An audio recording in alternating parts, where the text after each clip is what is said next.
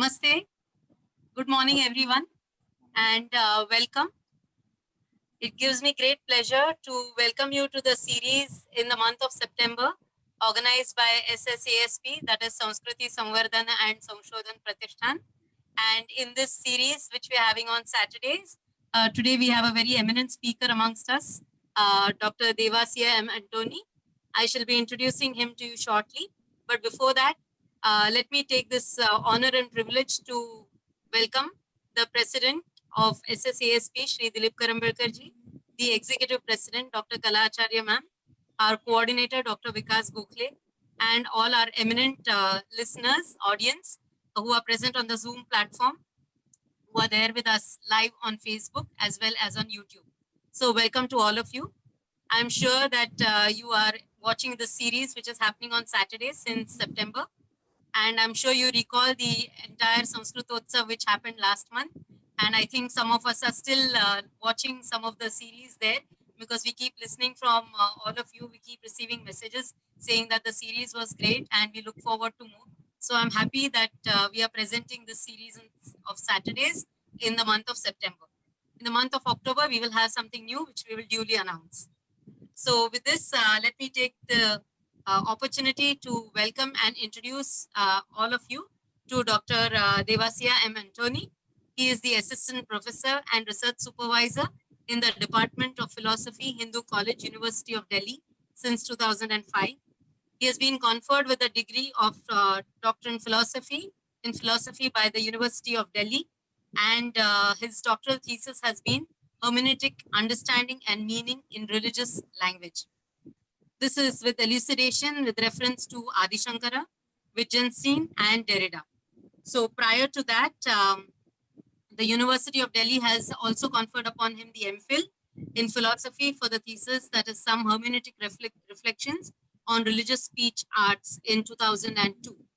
Apart from this, he has to his credit postgraduate degree in Indian philosophy and religion from the very well-known Banaras Hindu University, Varanasi. Apart from that, he has triple undergrad degrees in BA in philosophy he has a BA from the University of Allahabad, in philosophy from Vishwajyoti Gurukul Varanasi, and in theology from Pune. So we have with us a speaker of great academic acclaim. His research interests are classical Indian philosophy, continental philosophy, hermeneutics of religious language, theorizing self-consciousness in Indian philosophy, and comparative philosophy and religion. Of course, with such great academics to his background, he has been the recipient of several fellowships as well as awards. He has been awarded by the international body, which is Institute Messier, Aschen, Germany, for pursuing his MPhil. The Indian Council of Philosophical Research, which is ICPR, under the aegis of MHRD, the Government of India has awarded him junior fellowship for the PhD. Apart from this, he has to his credit several publications, just to name a few: Play, Theater, and Non-Dualism, a Philosophical Meditation, some like The Divine Command Theory, The Conceptual Synonymity of Ethical and the Religious, in several international and national journals. He has to his credit some e-lectures, and this is a series which has been even an e-learning course material development program for the Union Grants Commission by the Government of India, which is entitled The Nature of Brahman in the Advaita Vedanta of Adi Shankar. Apart from this, there is dialogue between the Indian and Western philosophy and others. So we have a great academician, a researcher in Dr. Devasia Antony, who is the speaker for today. And over to you, sir. We have about 45 minutes of talk time for you, followed by the concluding remarks by Dr. Acharya and a few questions in case any. So over to you, sir. Thank you. Yeah, namaste to all of you and very warm good morning. First and foremost, I wish to thank this academic organization, SSSP, a wonderful, I think, cultural organization, wedded to the intellectual depository of our tradition. I had a chance to look at the events they're organizing, and it's something fantastic. I wish to thank you, thank especially Professor Kala Acharya, a Sanskritist of eminence, for having invited me to share my reflections on this topic on this online platform. Thank you, Professor, for your generosity. I also wish to thank the technical team, also Madam Rujita Rane, for taking the trouble to organize these lectures online. The topic of my lecture is Indian hermeneutics and philosophy of language. Now, this is a tough topic, a hard nut to crack, I should say. And my situation is almost like that Indian mythological, story of a herd of elephants entering the sugarcane field, and they don't know where to begin because it is like that. I hope by God's grace, the divinity, I'm able to articulate the thoughts which are in my mind, and I communicate these things to you the best possible manner. Now, I wish to begin with a very, very enigmatic and pointed story told by Professor Raimundo Panikkar in his magnum opus, the Vedic Mantra Manjari magnum opus. It has been published in many editions, and it has been one of the best read book which introduced the Vedic hymns to the contemporary human mind. He begins in his preface with a very poignant story. What is story? Imagine a house is burning, and in the house we have a rare manuscript, a grantha, what we call in our tradition, and a cluster of people there. Whom will we save from these raging flames in the house? Now, people, he says, normally can take one position. If you see as a binary, either you save the people or you save the manuscript. But Raimundo Panikkar says, well, this binary is not to be embraced, because if I save the people without saving the grantha, the manuscript, I am doing violence to the philosophical, intellectual tradition that has shaped these people. But if I save only the manuscript and not the people, I am also doing hermeneutic violence to the now, the modernity, the now, the present moment, epoch. Therefore, he says the challenge as a philosopher, as a person who engages in anvikshaki, a tradition, is to save both, because in saving the manuscript, the grantha, I also save the people. In saving the people, I also save the grantha. They are mutually interwoven. And I believe to engage the Indian intellectual tradition, that's a challenge before us today. How shall we revisit, like the rishis of the old, to interpret, to discover the meaningfulness of this tradition which has been in the parampara, in the tradition? And I like to take one analogy from the Indian aesthetics. In the Indian aesthetics, if you take vocal music or instrumental music or abhinaya or even whatever you call it, there is this mutual dialectic between avartana and parivartana. Avartanam and parivartana. Avartana means that you repeat the same notes in the music. Sare gama padhanisa. Okay, you repeat that.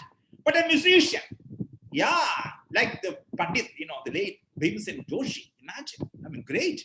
He could bring down rain from the sky by getting into this idea of the sound, Nad. All right. He's not repeating. Of course, invariably he'll be repeating the swara, but that is also parivartana.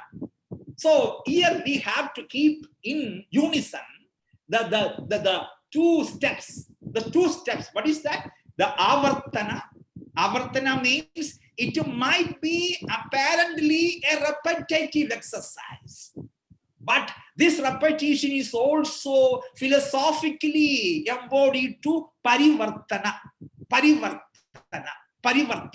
Otherwise, it loses its meaning. So, my task as a student of this Himalayan Indian tradition is to, have a play, a leela between this avartanam and parivartanam. I call this hermeneutics.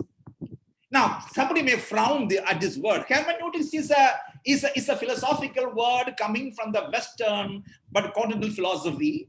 Okay, we can say it starts from Schleiermacher, Schleiermacher. Okay, the philosopher who wanted to read the biblical scripture in a particular way.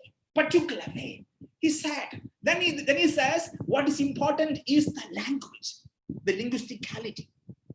Then you have Dilthey, his interesting distinction between human science. Human sciences give me understanding, Western, whereas natural sciences give me explanation.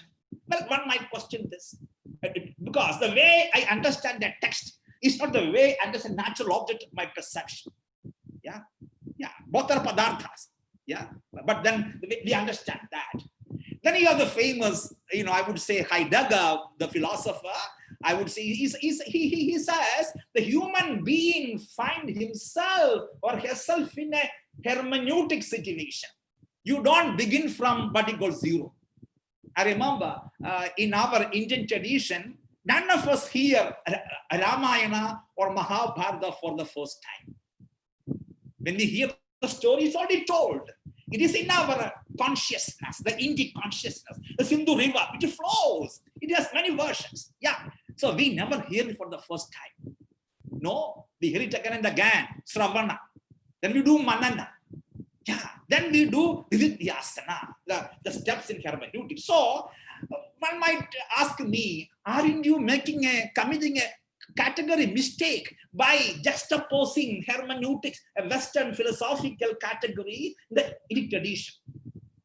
For the time being, I accept your argument, because in our classical Indian tradition, we have the 3 steps of hermeneutically engaging a philosophical idea. First is Purvapaksha. Look at all of our acharyas, Shakaracharya, Ramanuja, all of them will engage in this. Okay. We have the Purvapaksha, the position of the philosophical opponent. Okay, I am supposed to represent his or her position the best way possible.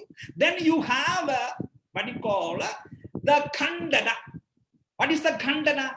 I philosophically engage and try to say that your thesis, does involve the fallacy of reductio ad absurdum. It is dialogical. Then you come Siddhanta Paksha. This is natural. Once I do this, the critical engagement with this idea, the Siddhanta Paksha naturally follows. The Sindhu river, it originates, it flows, takes the dirt from everywhere. It also gives me the fresh water. I can spit into it. I can also take bath in the Sindhu river. Sindhu. That is the hermeneutic symbol I like to use here.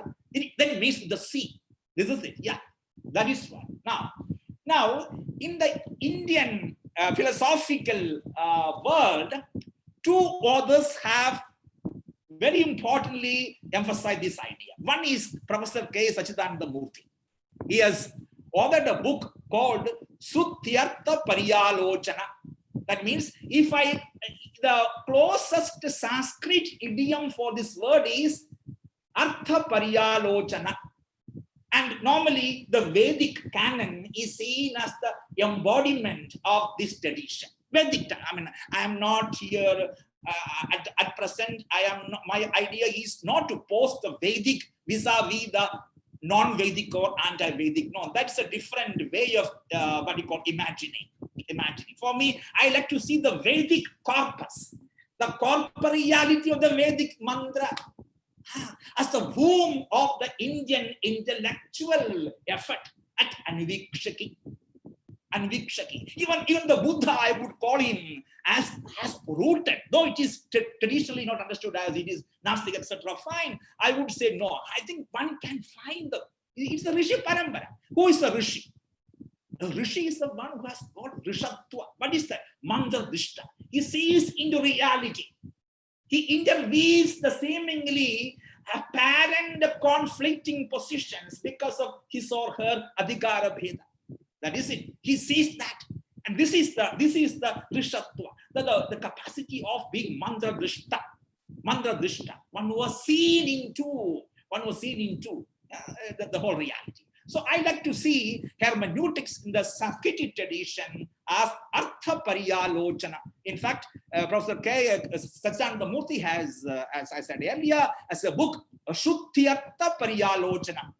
It's about the Rigveda, beautiful book. I think it's hardly 150 pages. Yeah, it was a collection of lectures he gave Lal Bahadur Shastri Sanskrit Vidyapida in Delhi, and he's asking this question. How does one recover, reimagine, reinterpret? But it should not be avartanam only. Yeah, when a Kathak dancer takes the steps or the musician sings the notes, he or she is not simply repeating those. No, it's not repetition. No, it is something new. It's something apurva, something new. Abhinava, something new. It is something new. That is what you call hermeneutics. Okay. Now, I like to take one verse from Adi Shankaracharya, because as student of philosophy, I was drawn into Sanskrit tradition when I read for the first time years ago on the banks of the river Ganges is Adhyasa Bhashya.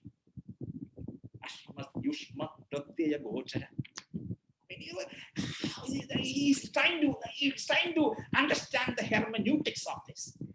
In his Bhashya on the second sutra, Janmadhyasya, there he says, how does one know this? How does one comprehend this? Now, if you know that we have got Pramana Shastra, we have got the Tattva Jnana, we have different ways of understanding, or Tarka, as emphasized by the Nayayikas, he says, Vakyartha Vicharana Adhyavasana Nivritta Hi Brahma Vagadiha Na Anumanadi Pramanandra Nivritta. This is in his actually commentary on the second sutra of Badaraya. So he says, Vakyartha Vicharana. Vakyartha, that is hermeneutics. That is what, now one might call this also as linguistic analysis. Professor G.C. Nayak, I think, has written a couple of things on this, but I have a problem here, because language, does the analysis of speech, human speech, logos, if I do it only in the prism of language alone, which is syntactic, semantic, and pragmatic, I miss out on something. Okay. I like to see this as embodiment of the human situation. So, Vakyartha Vicharana, I would like to see this as Adi Shankara's philosophical category to understand what does this reality, what does this mean to me, what is its reference point. Vakyartha Vicharana Adhyavasana Nivrittahi Brahmavagatiga Nanumanadi Pramanandra. Beautiful. This is what I think the Adhyasa Bhashya of Shankara is logically and philosophically unputdownable. He is giving a philosophical premise for us. Now, this same Acharya, in one of his primary works, in his the Gita Bhashya, chapter 18, he asks this fundamental question. Even if 1,000 Vedic sentences declare that fire is cold and non-luminous, aprakasho shitaha agni, it cannot be true. It goes against your primary experience or sense experience. Fire is always hot and it illuminates, isn't it? It gives light. Fire, right? How can that be non-luminous and all? Now, suppose the Vedic Sudhi says that.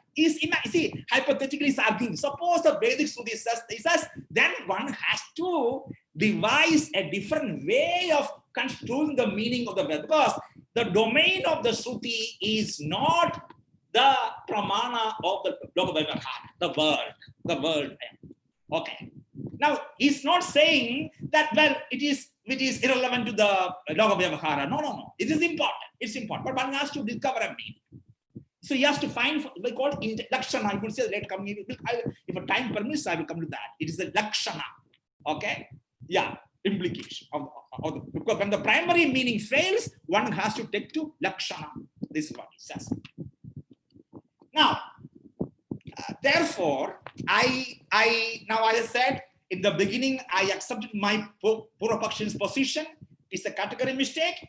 Now I say no.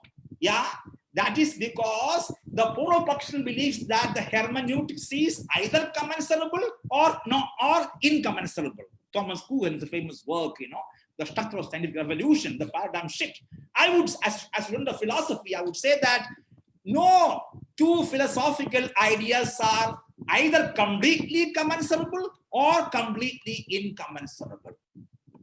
And this means that philosophical speculation, thinking about, chintana, vakyartha vicharana, is always civilizational dialogue. And in our tradition, it is the idea of samvad. You have two types of samvad here. One is within the school.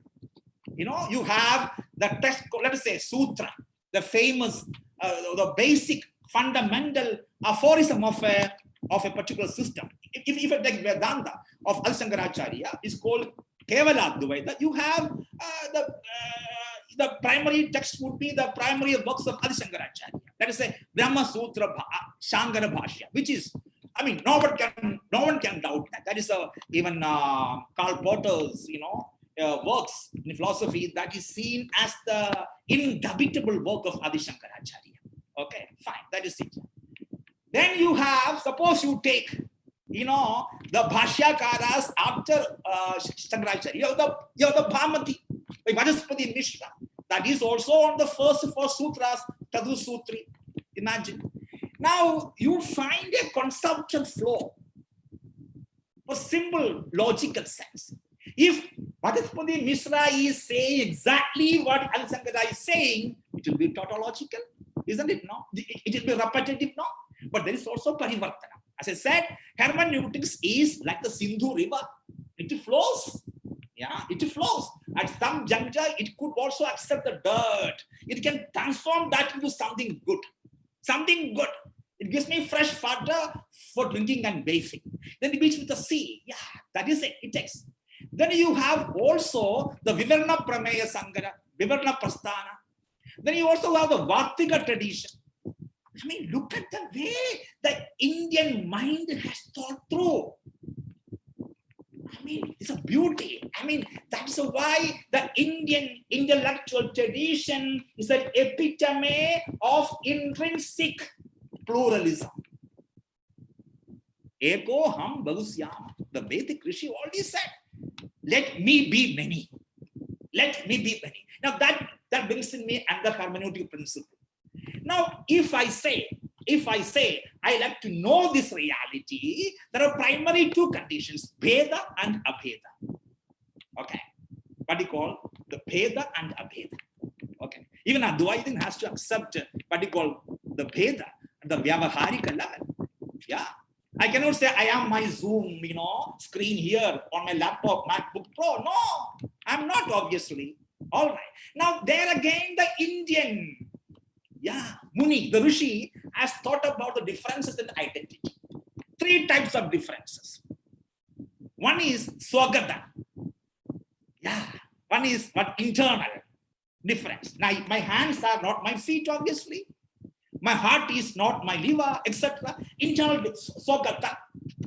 So difference is emphasized. Then it becomes homogeneous, the same jati. Here the word jati is not socio-cultural, but it's a philosophical concept, universal. Now, all human beings, I am not, let's say, X, Y, Z. Rama, Lakshmana, I am not that. I am Devasia. Aham Devasia. And that is Rama, Lakshmana. So between us, homogeneous. In the same class of entity differences. The third one is heterogeneous. I am not, same as a tree. Yeah, or a river. Now, these differences are very important. And interestingly, look at the hermeneutic pluralism of the tradition. Ramanuja, Vishishtadvaidin, who comes after Adi Shankaracharya, gives Adi Shankara a run for his money. He says, well, my Brahman cannot be Nirguna, it has to be Saguna. All right, and the Saguna Brahman admits of internal pluralism. This is what he says. And Shankara says, oh my God, what are you saying? If you say that your idea of Veda is intrinsic to you, please analyze your Sushupti mode of consciousness and tell me, how can you account of this difference? Shankara has the last laugh. Sushupti mode of consciousness, Swapnandam Sushupti, says Mandukya Upanishad. Okay, that doesn't admit of any difference at all. When I wake up, I say, I knew nothing. I slept well, perfectly, right? Yeah, okay, I say, all right, yeah. So there's a difference of that. Okay. Of course, I like to read this Upanishad different, and I see this as a basic testament of Indian hermeneutic particular tradition. Look at that. Okay. So, yeah, now one might ask me, when you experience this conflict of interpretations, Paul Ricoeur has an important book on this. Yeah, Nietzsche, Marx, and Freud. Yeah, beautiful. Yeah. Can you entertain hermeneutic suspicion? What is true? Now, Indian tradition is this beautiful. He says these differences in interpretation, hermeneutic act, can be explained by the notion of adhikara bheda. Now, this adhikara is not a socio-cultural concept here. I'm a philosophical concept. It means eligibility condition. Desha, kala. It has a particular time and space. Now, this idea, I think, very much comes alive in Eka Ramanujan's famous essay, Is There an Indian Way of Thinking? Published years ago. Yeah. I wish it was written by a philosopher. He was teaching literary classical text in DU before he went to France. And, he wrote this, Is There an Indian Way of Thinking? And it happened, it was published in Sociology journal. There he says that the idea is that this adhikara bheda doesn't, happen only when you think of reality as context-free. The proximate space we come up to that is when I am in deep sleep. Yeah, in deep sleep, am I Devasia? No, I have no idea about that. No idea. When I wake up, okay, maybe I'm shooting philosophy. I'm sharing my thoughts with you, right?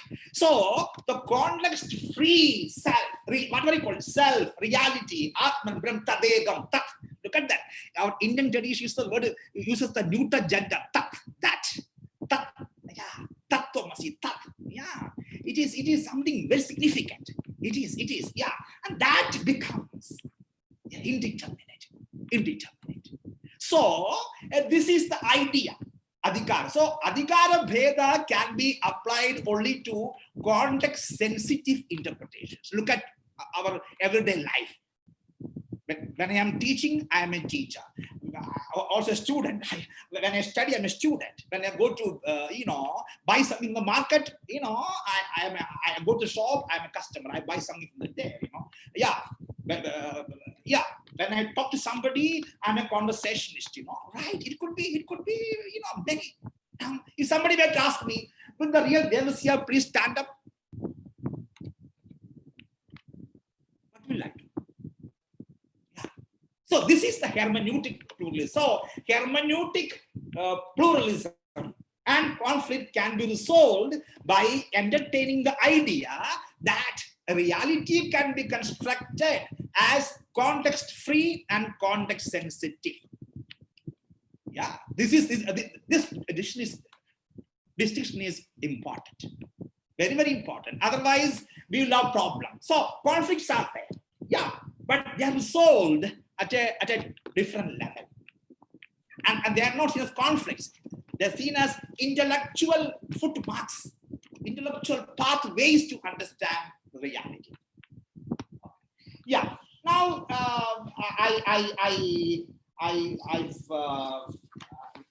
yeah. If I go to let me also even just take the word Shruti, because the Shruti Smriti dialectic is very important in our Indian classical tradition. Let me ask this question. Does the word Shruti mean the same thing to all the acharyas? No. If you take Adi Shankara's Brahma Sutra Bhashya, okay, by Shruti, he primarily means the Mahavakyas. We celebrate the identity or the relationality between the individual self and the cosmic self. But that takes a different turn in Ramanuja, takes a different turn in Madhva, right? Even the Prasthana Trayi, the idea of Prasthana Trayi is also hermeneutic, I would say a paradigm, started by Adi Shankaracharya. He says, if somebody wants to entertain our Indian philosophical tradition philosophically as an acharya, he or she has to write a bhashya on three things. Prasthana Trayi, Prasthana, Aage Jana, to go. It's a kind of pilgrimage. It's a philosophical pilgrimage. All right, okay. So first you have to write on Brahma Sutra or Vedanta Sutra of Badarayana. Okay, Badarayana. Exactly. 555 sutras there. Okay, right? Yeah. Then comes the Gita. Now imagine, traditionally we are told that the Gita, being a part of Mahabharata, it belongs to Smriti tradition. Whereas the Upanishad, it belongs to the Shruti tradition. Look at the Acharya's hermeneutic play with the concepts. Okay, so philosophically, the Shruti has an important, what you call, idea, a primacy, intellectual primacy over the Smriti. But when I go on a pilgrimage, what do? Suppose I am climbing a mountain.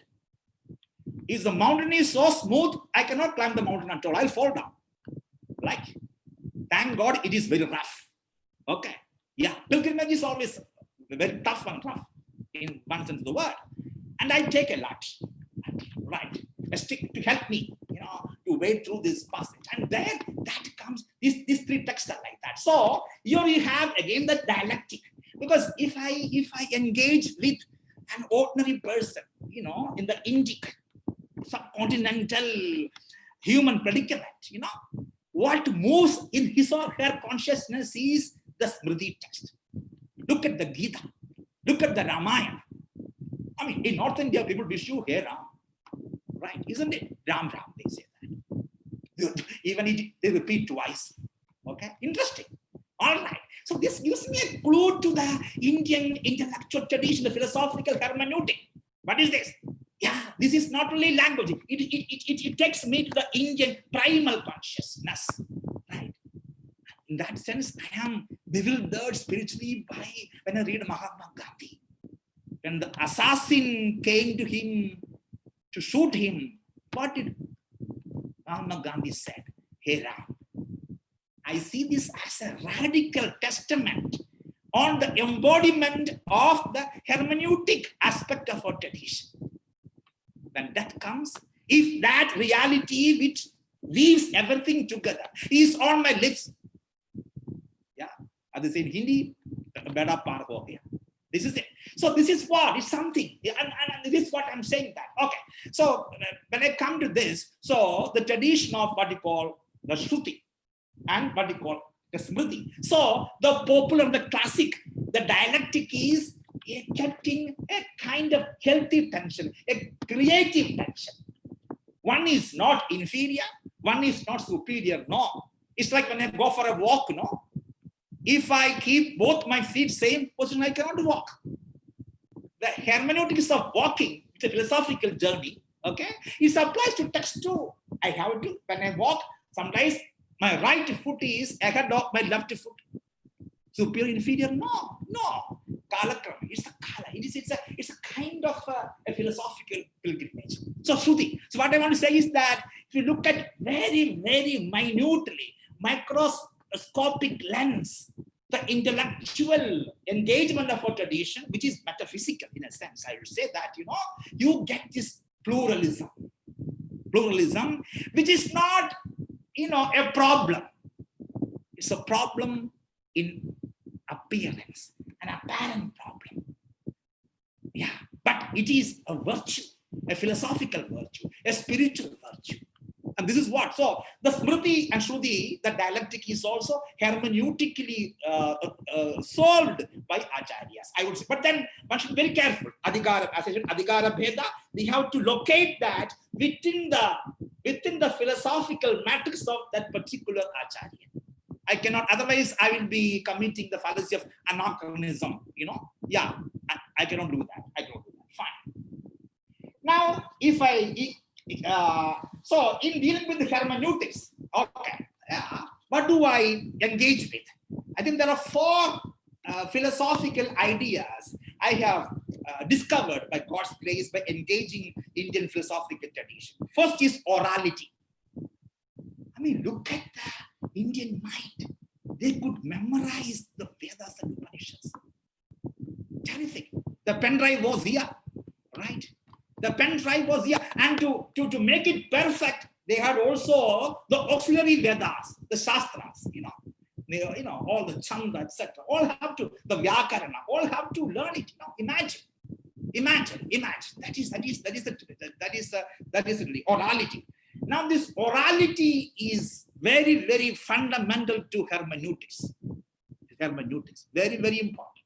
Orality, oral tradition, Shruti. Okay, right. Second is textuality. Now, your text can be any object of my interpretation, right? Yeah, it will not be only verbal text. It could be a mountain. When I read Ramana Maharshi, one of the contemporary mystics, I mean, the way he writes about the mountain, Arunachala, fantastic. I mean, it's interesting. The Arunachala becomes the other, the self and the other in his dialogue. In his dialogue. Okay, right. It could be anything. I mean, in the sense, object of interpretation, textuality. Then canonicity. Now, this is a troubling point. How does a particular text become from the canon of interpretation? If you look at the Indian intellectual tradition, especially in philosophical thinking, the idea of Prasthanatrayi comes to be sedimented post-Shankara hermeneutics, right? Yeah, or everybody, Aurobindo, everybody will do that. Even Mahatma Gandhi, he gives interpretation of the Gita. Yeah.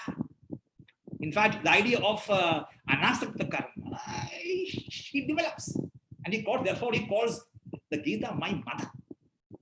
Of course, he also does with the New Testament. He was a different kind of an acharya, I would say that. Okay, right, yeah, fine, yeah, right, yeah.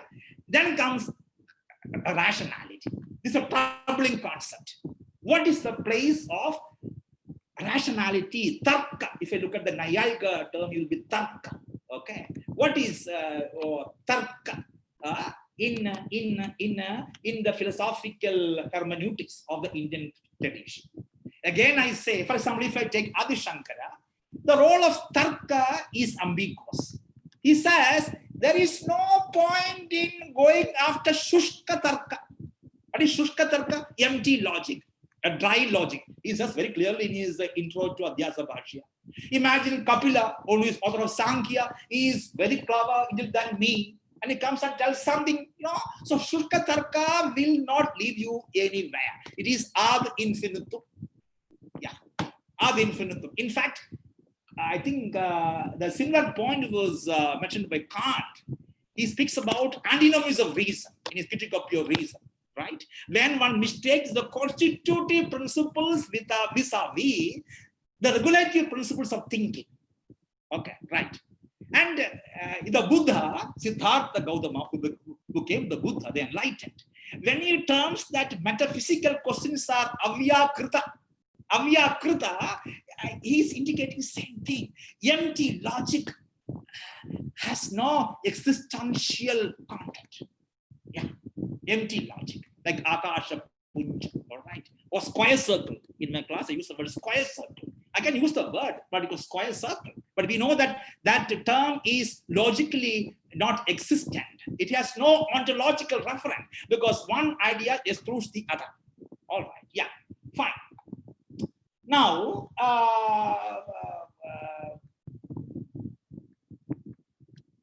yeah, so idea is this. Yeah. So how does one engage with this hermeneutic sense of the terms and the referent? Now, Indian classical philosophy, normally the classical thinkers, they treat Purva Mimamsa. We have idea of the Shad Darshana. I think all of you know that. The six systems in philosophy, we call them Astika. This Astika word is has to be, again, hermeneutically different. It simply means that they accept the Vedic authority one way or other. But I would like to interpret it afresh. Okay. The other one is Nastika, the Buddhism, Jainism, and Charvaka. All right. Okay, fine. Now, one idea would be that the school of Mimamsa is seen to be school of hermeneutics traditionally. Why? Their main target was to interpret the Vedic sentences. Yeah, Vedic, what he calls sentences. Now, but I have my love for the tradition of Mimamsa. Yeah, right. Yaimini Mimamsa Sutra, then Sabara Bhashya, right? Okay. Then Kumarila Bhatta and Prabhakara Mishra, fantastic. And in fact, the idea of Prabhakara Mishra, that contextual principle is important to discover sentential meaning, unlike Kumarila Bhatta, is very, very important. Though Adisankara would say that we agree with Kumarila Bhatta in our sentential discovery in sentential meaning. Now I go, I can deal with the first four, the criteria to determine a sentence and its logical structure. There, I enjoy the debate. I think Indian tradition always nurtures debate. Yeah, I'm sorry, it is water. Indian tradition nurtures itself by debate because the tradition is never afraid of asking possible questions. Yeah, right. What are the four criteria to define a sentence as logically structured? Now we have the four criteria given. You get this idea in Siddhanta Muktavali by Vishwanatha. We also get that idea in Mimamsa tradition. First is Akanksha, the syntactic expectancy. Then Yogyata, the mutual compatibility. Then Sannidhi, the proximity. Yeah, proximity. Then comes Tatparya, which is a contentious issue between Nayayika and Mimamsaka. This is fantastic. I mean, I love to go into this debate because the Nayayika says to understand a sentential meaning, one also needs to know the Tatparya of the speaker. Very important. What is the intention of the speaker? Tatparya, the implied meaning there, intention of the speaker. But Mimamsaka says, suppose the author is not there. How do you come to know the author in the intention? So we have authorial intention, textual meaning, the reader's meaning. All these are problems in hermeneutics. So for Mimamsa tradition, what we have is the text. Enough. Text is enough. The textual meaning can be understood.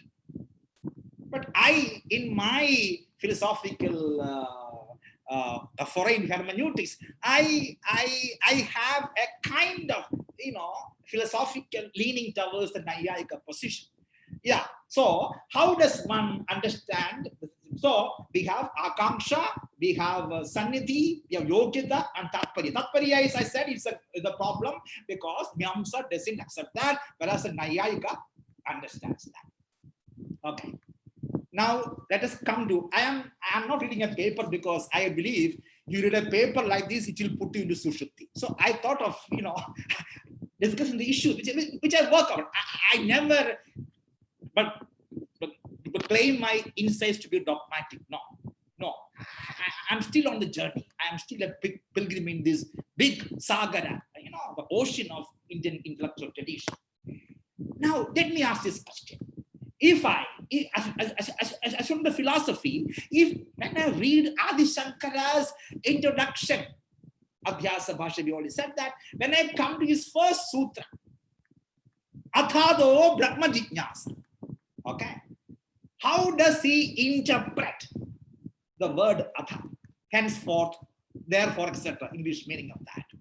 There I realize that Adi Shankara does not agree with the interpretation given by Purvamimamsa. Why? Again, because the Purvamimamsa interprets the Vedic Shruti as primarily which enjoins you to action. Adhado dhamma jijnasa. Action, chodana. That is, it is action oriented. All right. Yeah. Therefore, they say this is an antecedent of a ritualistic action you have performed. Right. Adi Shankara says no, because we know that Adi Shankara's idea of reality does not gel with the notion of this as a consequent of action, a pravritti. No, even not. But he's not anti-pravritti. If I get time, I will come to that. Now, that interpretation there, he takes on the tradition of Mimamsa. Look at the beauty of the intellectual argumentation of our acharyas. I mean, I think there is a lot of things there. I like to be born 1,000 times I can study this. If the Hermeneutics is moksha, I would say, please let me be born again. I can delve deep into this tradition and discover.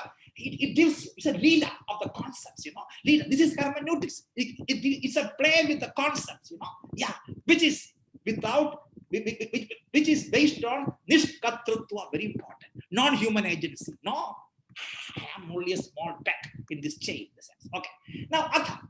So, Adi Shankara says, no, it cannot be a consequent of my performance of a ritualistic action. Then what does Atha mean? Here comes the hermeneutic play by Leela of Adi Shankara. He says, this means sadhana chatushtaya, the fourfold educative condition. Now, this also gives me, a different philosophical problem. Okay, right. Now, he says, this means nitya, anitya, vastu, viveka. I'm breaking it because, all right. One should have the capacity to discriminate between nitya and anitya. It is metaphysical. The object of my interpretation is that nitya. And of course, he has a different paradigm of nitya. Now, nitya means, trikala abaditvam. Yes, he has this idea. Okay, right. If my mobile phone is only with me now and it's not with me in deep sleep, it is not nitya at all. It doesn't. Yeah, all right. Yeah, it's a criteria. He is trying to say that. And it's so prakasha. It is self-luminous. Imagine Yagivalkya's interpretation, when there is no sun, when there is no moon, when there are no stars in the sky, what gives you light? Your own very self-attested, Chaitanya. Yeah, this is what he says. It's interesting. In fact, this COVID times, I think it takes us this question. Okay, COVID pandemic has put on Shirshasana the idea that human being is necessarily social animal. I'm sorry. Yeah, I'm sorry. It takes me to Mandukya Upanishad.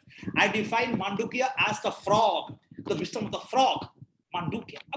In my way, I interpret that the frog is giving me wisdom. You are not only social self, you are also something else. Why do you exclusively crucify yourself in a particular mode of consciousness? Waking mode. Okay, right? I'm awake sometimes. I think sometimes. Okay, right, fine. That's another matter. So, Atha.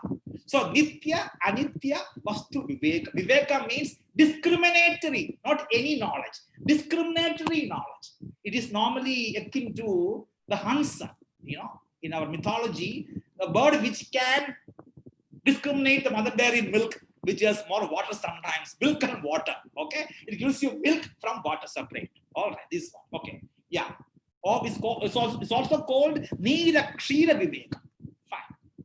The second condition. Look at that. This is the beauty of hermeneutic imagination. All right. Iha mutrata bhoga viraga. I dissociate myself from the craving of, the pleasure in this life and also the life after. It's equipoise. It's equipoise. Yeah, right. That is objectivity. No raga, no dvesha, no more. Of course, one could ask the question, is it possible? Yeah. I think when I see sports people performing, I think it's possibility. Yeah, it is a possibility. Ekagra chitta. The Swayamvara of Draupadi, they were asked to focus on the eye of the fish in the mirrored water, not above. Or Arjuna is asked by Dronacharya, what do you see? I see the eye of the bird, not even the tree, not even the branches. Ekagra chitta, concentration. Ekagra chitta. This is it, right? Okay. So, iha mutrartha bhoga viraga. Shamadamadi sadhana sampatta. These are the virtues, attributes, I should say. Shamadam, equipoise. All of us know that, when there is noise now, Madam Rujita asked me to open the window. I said, I live beside a road, in Delhi, it's a complete jungle, lot of noise, So I had closed my windows and I am ekagra chitta. I want to be, focused on this. I need to focus myself on this. Right. Okay. Right. Yeah. Fourth is mumukshatva. Mumukshatvam is not only desire, intense desire. When you have intense desire, you will pursue anything.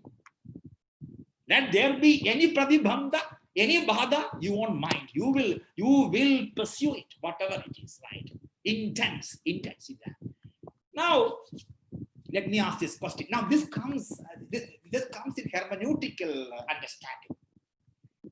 Is not the Acharya, Adi Shankara, the great Acharya, okay? Is he not committing the fallacy of petitio principii by suggesting this at the very beginning of your Vakyartha Vicharana? Because obviously, Nitya, the object is Atman Brahman, which is Nitya, according to his criteria. Is he not committing the fallacy? Now, this is one problem which I find, which hermeneutic fecundity used to by Raimundo Panicca solve it. What is that? There is a kind of revelatory circularity in thinking in hermeneutics. I call it hermeneutic circularity. Okay? Yeah. Because I think this is very important idea is that. So the very object of my cognition, my understanding, my intuitive perception is the premise here. So are you not begin the question in logic? You cannot do that. Then you commit logical fallacy. Therefore, you can say you commit reductio ad absurdum. No. Shankara is that. This is what, yeah. In fact, this is one thing. I mean, one could ask so here what I want to show is that though Mimamsa, Mimamsa is seen as a classical school of interpretation, when it comes to the idea of Vakyartha Vicharana, Adi Shankara takes issue with Mimamsakas in the interpretation of Ath, because even that again I said that is primarily based on the very idea of Shruti. Hermeneutic pluralism. For Shruti, the Mimamsa means it is something which enjoins an action. For Shankara, it is Jnana Kanda. It gives me knowledge. And knowledge which goes beyond the idea of Katrutva, Nishkatrutva, non-human non-agency, I should say that. Okay, it happens to you. It happens to you. Yeah, all right, yeah. Now, let me also bring in one more Acharya here. This is hermeneutics in praxis. Okay, hermeneutics. Now, he is prior to Adi Shankaracharya, the great Nagarjuna. In fact, some commentators, but Bhashyakara, like Viktana Bhikshu, would qualify Shankaracharya as Prachanna Bauddha because of this. Now, Nagarjuna, in his revolution text called Moola Madhyamaka Karika. So wonderful text, very dense text. He is engaging this primary question. Analyze the concepts and their nature when you do hermeneutics. When you play with the concepts in your act of interpretation, like the Greek god Hermes, he was a messenger between gods and people. He has to bring down message to people. He has to interpret it. When you interpret out of interpretation, why don't you analyze? Sit back, retreat, analyze the concept. The first chapter in his famous book, Agnosis, Pratyaya Pariksha. Pratyaya Pariksha is examination. Pratyaya means the predicated thing, attributed. Yeah. So he's asking me this question. Okay. Analyze the pratyayas you use in your hermeneutical praxis. This is what he's saying. Now, are they sotaha? Are they parataha? Are they dvayabhyam? He analyzes all this. In fact, he is doing a Humean work here. Because if both of us could present philosophy, the Humean skepticism can never be resolved in a particular way. Because according to Hume, logical necessity comes only with ideas. With the facts or matters of fact, there is only conjecture. Though Kant tried to do synthetic a priori, but but Quine has shown the analyticity of these things can be questioned. Okay, so Nagarjuna is asking this question. He says, I'm just trying to summarize this. Concepts are relational. If I say P, that also implies that not P. Obviously, if I say this is a pencil, it is relational because it also means it is not a pen, it is not another pencil, it is not me, etc. Okay, so predication, the predicatability to the object of interpretation. Now here I would like to ask, as a footnote, I like to bring in which Professor Michael Krauser said. When you experience this hermeneutic pluralism vis-a-vis hermeneutic singularism, you should ask this question. What is the object in contention? What is its nature? Do both the hermeneutic interpretations, they agree that are they interpreting same object or not? It's a very troubling question. Very troubling, philosophically very troubling question. Right, okay. Yeah. Now, here, Nagarjunacharya would say that notions like causality, okay, notions like substance, they are relational. If something is relational, what does that mean? It has no own bhava or swabhava. I mean, this is a miraculous, I think, and I would say that in the whole philosophical tradition, if an acharya does philosophy without committing the fallacy of self-reference, reductio ad absurdum, is only Nagarjuna. Okay, all right. Now he calls this the Prasanga model. All of us know the quoting, etc. I don't want to go into that. The Prasanga model. Okay, so he says the concepts are relational, they are not autonomous, they are interdependent. Of course, this all of us know, which comes from the four Arya Satya given by the Buddha, the deer park in Sarnath. Okay, yeah. Sarvam dukkha, dukkha samudaya, dukkha nirodha marga. So dukkha samudaya, udaya, that is based on the principle of dependent origination. So if two concepts are relational, what do they mean? If you stop the relation, they cease to be. They cease to be. They cease to be. Bhava, abhava. Okay? Cause, effect. Okay? Therefore, they have no swabhava. They have no swabhava. No swabhava. They have parabhava. They have no swabhava. This I would like to read this in the context of Heideggerian notion of nothing. I remember Heidegger's in our lecture in Freiburg. and it was titled "Was is the Metaphysique?" And he was talking to scientists who are doing natural science, all this, And he says, philosophy's main job is to engage nothing, nothingness, not something. Something is existent, a particular kind of embodiment. I'm not saying the same thing, please. I'm only saying there are civilizational parallels, homological parallels. Parallels. Okay, fine. So Nagarjuna says, but at the same time, he says, use these concepts. He says that use these concepts. Use these concepts like a ladder you use to climb up the roof. Go to the roof. Or a boat, you go across the river. When I go across the river, after reaching the shore, I don't carry the boat on my back, isn't it? I leave the boat there. So concepts can be safely called conceptual fiction, because they have no swabhava. They are mixed swabhava. Look at this. Look at the two banks of the hermeneutic Sindhu river in our tradition. Yeah. I mean, this is a beauty of thinking. Imagine, this is a play. This is the play. I think the notion of play is also very important in the hermeneutic tradition, the Western philosophy tradition. Heidegger also uses that.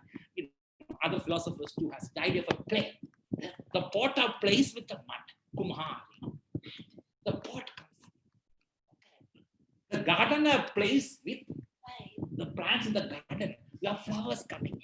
All right, okay. The tree, the place. Yeah. So this is the idea, whichever call it that. Now, let me. How many minutes more? I'm sorry, I lose track of my time and said there's a call, all this I forget.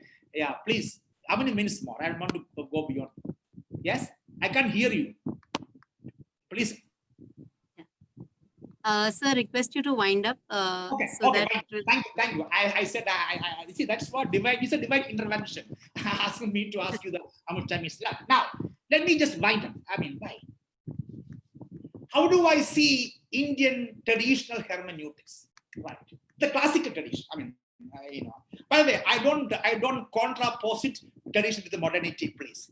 That is a category mistake made by the Enlightenment rationality, please. The tradition is in the modern. It is like the Zen, Buddhism. If you can see, the butterfly in the larva in the butterfly, you have discovered the beauty of this hermeneutic imagination. That does not mean, it has no conflict interpretation. It is there, as I said earlier. I like to end up with, let me just wind up what I have been saying. I'm not touched upon my paper fully because I know these are really, textual, text-based interpretations. And I was trying to, orally communicate that in a kind of loud thinking. How do I see the notion of hermeneutics, artha pariyalochana, or shrutyartha pariyalochana? I like to take a metaphor. Now, metaphors, it is important in hermeneutics. Metaphorizing, metaphor. How do I look at that? In our Bhakti tradition, there are two metaphors which I love. First is called, but by the way, I'm not a Sanskritist, but I love the Sanskrit. I'm a student of Sanskrit and I love to understand this. First is Markata Kishora Nyaya. Second is Marjara Kishora Nyaya. Look at the rishis, look at the nature. And because the cosmic, which is microcosmic and the macrocosmic, are not different radically. There is a kind of identity, right? Okay, that's it. Okay, that is Rusha. That is the insight. Okay. Now, if you look at the Marjara means cat, the cat-kitten logic. Okay. When the cat and the kitten, they walk, suppose the mother cat wants to take the kitten to some other place. What does the mother cat to do? Also done by tiger, I suppose. Tigers, etc. Fine. Yeah. They will catch the kitten by the throat in a particular way. Not suffocate it. Okay. Okay, right. Takes the other place. Right. Okay. So this is called Marjara Kishora Nyaya. The second is Markata Kishora Nyaya, which I see in our university campus in Delhi, because we have the like we call forests, and so many of them come here to see us. Okay, right. The mother monkey and the baby monkey. They'll be jumping around the trees, but the mother monkey seems to ignore the baby monkey. Ignorance. Seems to ignore. The baby monkey has to make the effort, srama, effort to latch on to the body of the mother monkey.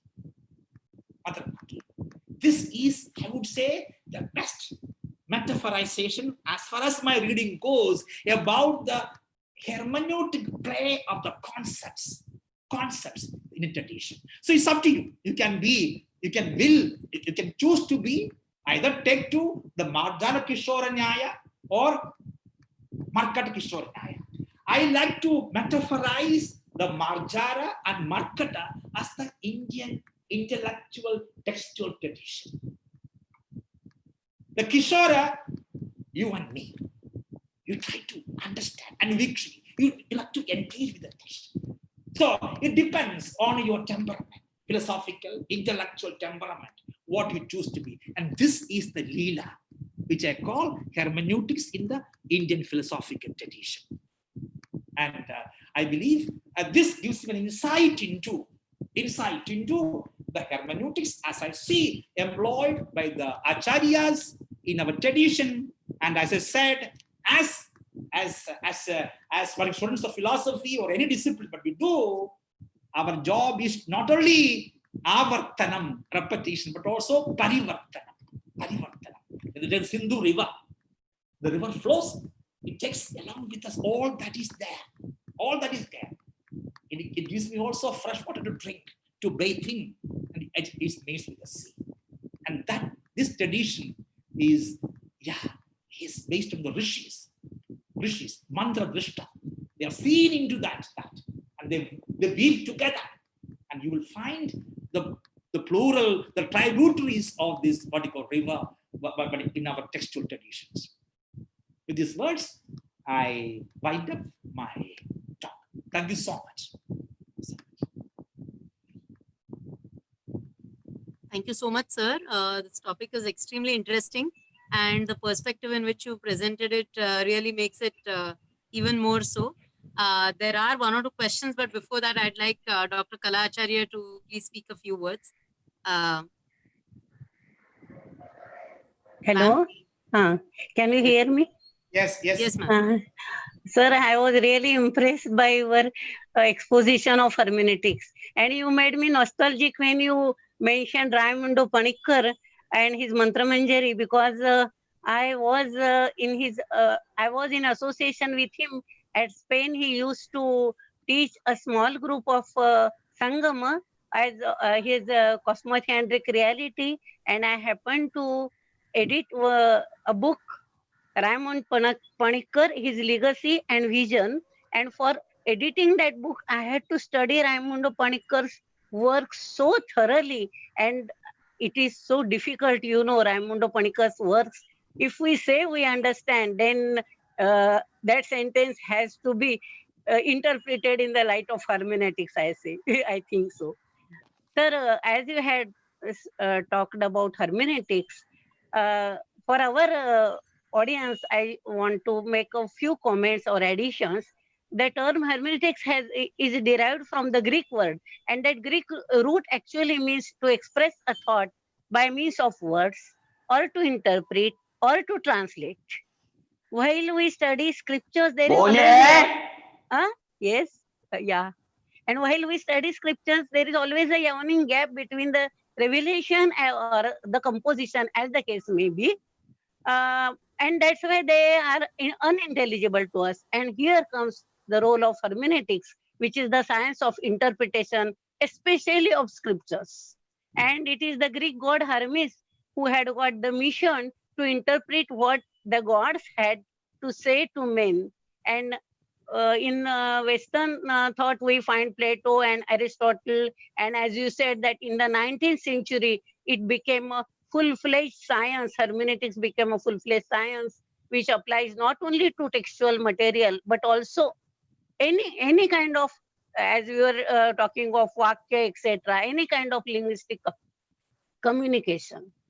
Sometimes we also use the term exegesis for, it is interchangeable. We think that it is interchangeable to hermeneutics. However, hermeneutics applies more to a theory of interpretation.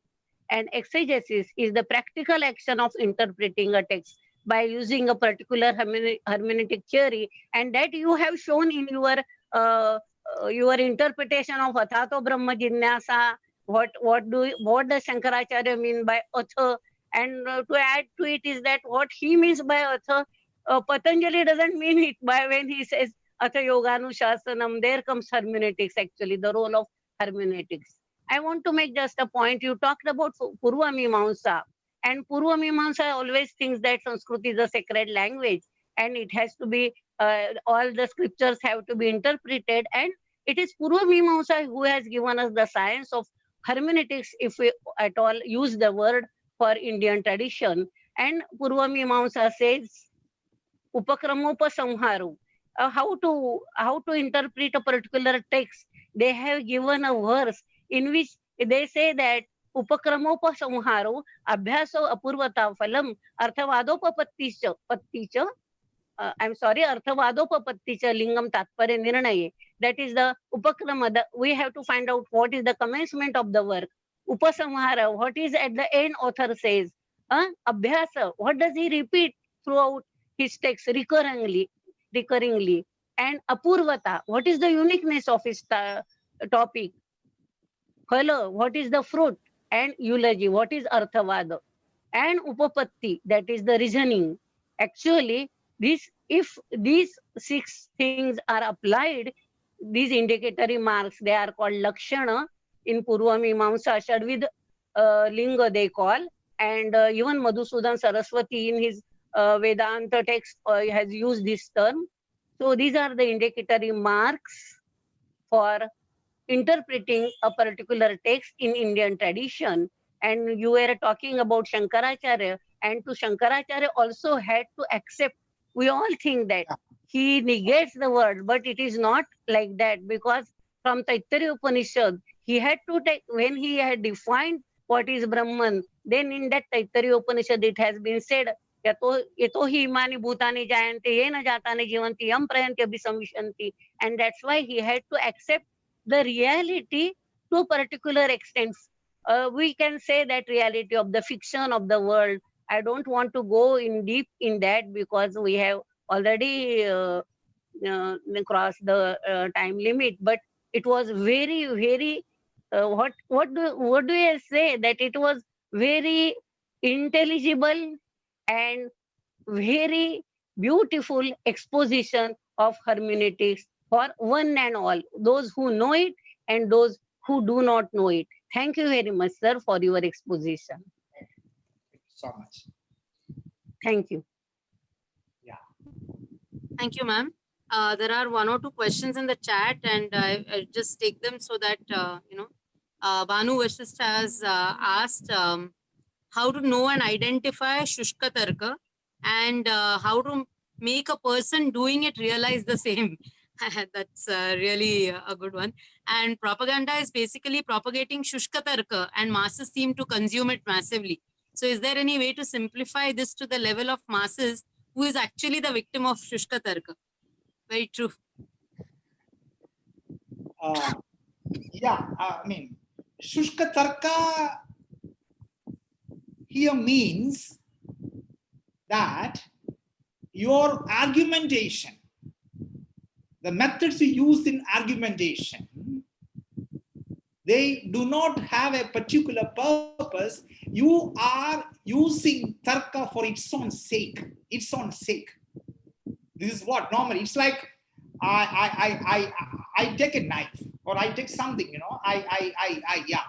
So I am supposed to use instrument for something else, not to use it itself for its own sake. It's very simple. That's it. For example, we normally define logic as organic. I mean, in the sense it is meant to have certain propensity, certain synchronic nature in your thinking. Yeah, this is it. Now, Shushka Tarka, empty logic, in fact, it is very well discussed in the Nyaya Sutra by Gautama. Different kinds of argumentation. Now, in one of the interpretations, what Asankara gives to is one of the sutras, he even takes to Nyaya Sutras, he appreciates Gautama's interpretation of what is a self, etc. of mind. Now, for example, I can argue on something with the mere intention of simply annihilating you. Yeah. The second would be, I argue with the idea that we are co-pilgrims to truth. Then there is a point of conflict. I would take time to think about it. Yeah, I would take time to think. For example, the idea of Shushka Tarka could be, today we find the debates in Indian channels, TVs. My God, it is more of a sound and noise, more of fury, and there is less of content and argumentation. Because the idea is to simply kill the opponent philosophically. That is not. I think that is not. That is Shushka Tarka. That reaches nowhere. That reaches nowhere. And that is also, it is also used by, as I said, in Nyaya Sutra, when Tarka, the idea of Tarka is analyzed by Gautama in Nyaya Sutra. Also, Vatsyayana's Sutra Bhashya, you have this idea. Different kinds of Jalpa, all these, different kind, Vidanda, there's a lot of kind of. You also find Buddhism, in fact, the Buddha would call this ditthis, in Pali, ditthis. So the idea would be, I'm not saying one should predicate truth, T capital, that'll be a problematic thing. But if I see myself and yourself as pilgrims towards truth, I would also listen to you. When we are expressing differentiating views, conflicting views, I will listen to you. This listening is very important. Truth is no one's, what you call, private property. I would say, no, it's not. In fact, it is Apurusha. It is there. Why should that be? Truth is that which is. Truth is that which is. If truth is that which is, Satya, then why should one engage Shushka Tarka? Tell me. We have perspectival differences. Yeah, sure. That I told you in the tradition of our Indian intellectual engagement, they use the word, the phrase, which is very complex term, adhikara bheda. Adhikara bheda. And that is only when you are discussing at the level of context sensitivity. So it is very important to make this distinction, and I hope philosophical debates won't go into that level of Shushka Tarka. Shushka Tarka lives nowhere, because the idea is not to discover, to uncover the truth. In a sense, the idea is to annihilate the opponent, annihilate opponent, and that, I think, it is not at all philosophically welcoming. Yeah, this is what. Yeah. In fact, we have a close parallel between the Socratic tradition of dialogue and the sophists of his time. One may disagree with that, but I think the sophists and the Socratic tradition, they differ on this, because the idea is this, and is this. Yeah. In fact, even in Plato's dialogues, Socrates would be employing the method of deductio ad absurdum. Yeah, but he gives the conversationalist, the time to realize that from your same thesis, different and conflicting conclusions can be deduced. That means your thesis is mistaken. Yeah, and Shushka Tarka does not employ what I call principle of charity. Principle of charity is very important in the argumentation. No, any argumentation. At least, I don't think Buddha, who entertained Anattavada, Anatta, was excluded from our tradition. No. Saranath in Banaras and the Shashwata Ghat Banaras, they coexist. They coexist. The two banks of the river. I should say that. I should say that. This is tarka, which is amenable to argumentation. That's it. That doesn't. I mean, philosophical debates do not work for TRP ratings. Very simple as that. Whereas Sushka Tarka, their idea is the TRP ratings. And that's it. Thank you so much for that.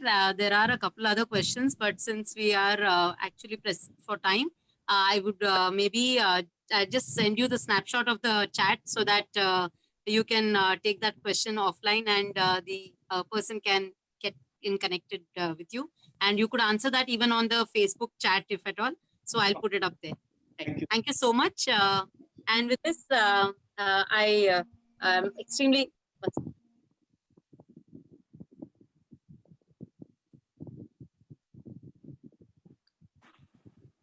So am I audible? Because there was a call, I just disconnected. Yes, I can hear you.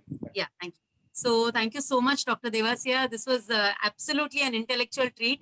And I must say, like ma'am said, for those who know it and those who don't, it really was something really nice. And I'm sure we would like to hear more from you. And if possible, we could probably plan something different, like maybe some small kind of a short-term course on hermeneutics or something like that. But we will reach out to you in that event. So thank you so much. I'm also grateful to the president of Sanskriti Samvardhana and Samshodhana Pratishthan, Shri Dilip Karambelkarji, for his presence, and also the executive president, Dr. Kala Acharya ma'am, for her inputs and which always add value to the listeners. I'm grateful to the audience who's present here and who's been, actively involved in putting up their questions as well. So thank you so much for being here. I'm also grateful to the audience on the Facebook as well as the YouTube channel. And I shall make it a point to send the chat questions to you so that, you can take care of that. And with this, I'd like to also thank our technical team, Atharva, who takes care of all, handling this so that all of us can come across in a better and audible manner. So thank you so much. And I'm sure we'll all join again on Saturday, because next Saturday we have yet another speaker. We'll be putting up the poster and sharing the information soon. I'll share it with you, Dr. Devasia, so you may also share it with the others who would be likely to join. The time remains the same, 11 a.m. and we meet again on Saturday. So looking forward to seeing you all then. Thank you so much. Have a great day and have a great weekend. Dhanyavadaha. Namo Namaha. Punardarshanaya. Thank you. Thank you so much. Thank you, sir.